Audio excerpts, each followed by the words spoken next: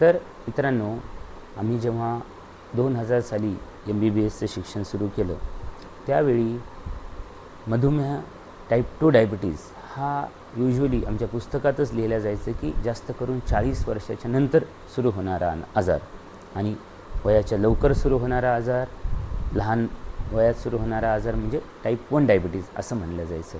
पण आपण जर बघायला गेलं तर मागच्या काही वर्षात टाईप 2 मधुमेहाचे रुग्ण हे आम्हाला आढळत आहेत 30शीतील 30, 32, 40पर्यंतचे खूप साऱ्या रुग्णांना टाईप 2 डायबिटीज आढळतो आहे. आणि बरेच वेळा तर ॲट द टाईम ऑफ डिटेक्शनच यांची शुगर खूप जास्त असते. मग हे जर एवढ्या तरुण वयात जर शुगरचा आजार व्हायला लागला तर पुढचं आयुष्य ह्या लोकांसाठी खूप अवघड जाणार. त्यामुळे एक लक्षात ठेवा, टाईप 2 डायबिटीज हा आजार त्यातल्या त्यात असा आजार आहे की जो आपण प्रिव्हेंट करू शकतो किंवा आटोक्यात ठेवू शकतो. त्यासाठी काय आवश्यक आहे मग मित्रांनो? त्यासाठी सगळ्यात महत्त्वाचं आवश्यक आहे अर्ली डिटेक्शन, लवकर समजणे.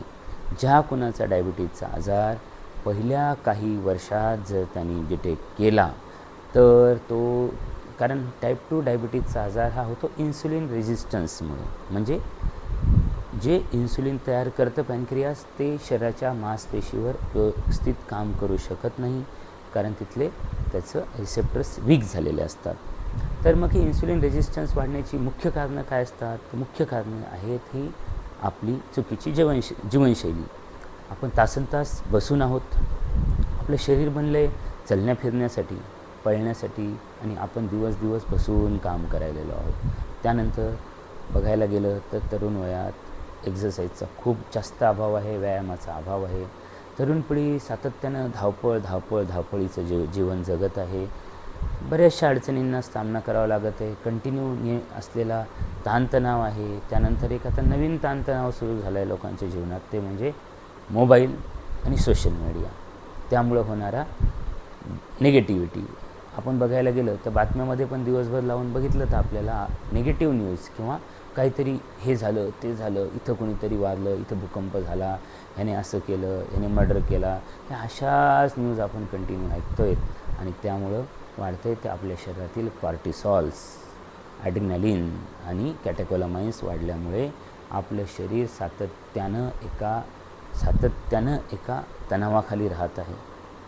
हे बघा मित्रांनो, आपलं शरीरामध्ये फ्लाईट रिस्पॉन्स हा आपल्या जगण्यासाठी देवाने दिलेला आहे. पुरातन काळी जेव्हा आपण आदिमानव जेव्हा कुठं राहायचं, जंगलात राहायचा, गुहेत राहायचा, त्याला एक भीती असायची की कुणी जंगली जानवर आलं, कुणी टायगर आला तर त्याला खाऊन टाकेल. मग त्यावेळी पटकन पळून जाता यावं आणि त्यावेळेस रिलीज व्हायचं आपल्या शरीरातील कॉर्टिसॉल किंवा कॅटेकोलामाइन्स.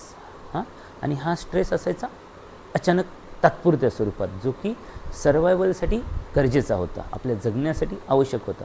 पण आज काय झालं आहे?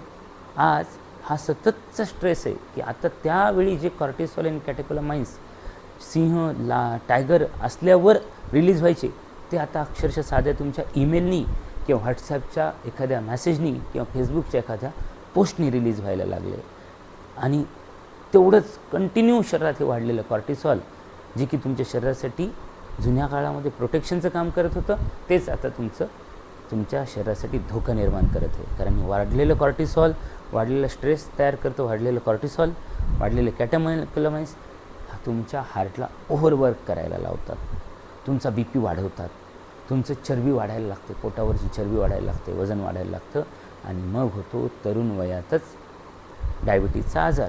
त्याला वरून जोड कशाची? तर चुकीच्या खाण्याची. अगोदर आपण जे खायचं खाणं हे होल ग्रेन्स असायचे, चांगलं अन्न असायचं आणि कमी खायला जायचं. एक लक्षात ठेवा, 1-2 भाकरी खायचे अगोदरचे लोक आणि त्यानंतर दिवसभर शेतामध्ये काम करायलेले असायचे.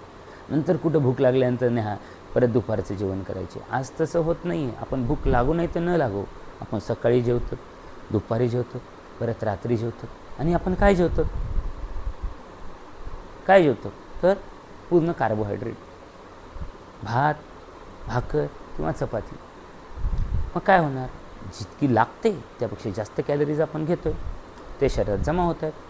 त्याचं फॅट होते, त्याने ओबेसिटी होती आहे. मग तर जेवणातही बदल करणं गरजेचं आहे, कार्बोहायड्रेटचं प्रमाण कमी करणं गरजेचं आहे, व्यायाम करणं गरजेचं आहे, दिवसभरचं बसून राहणं कमी करणं गरजेचं आहे आणि ताणतणाव कमी करण्याचं आहे.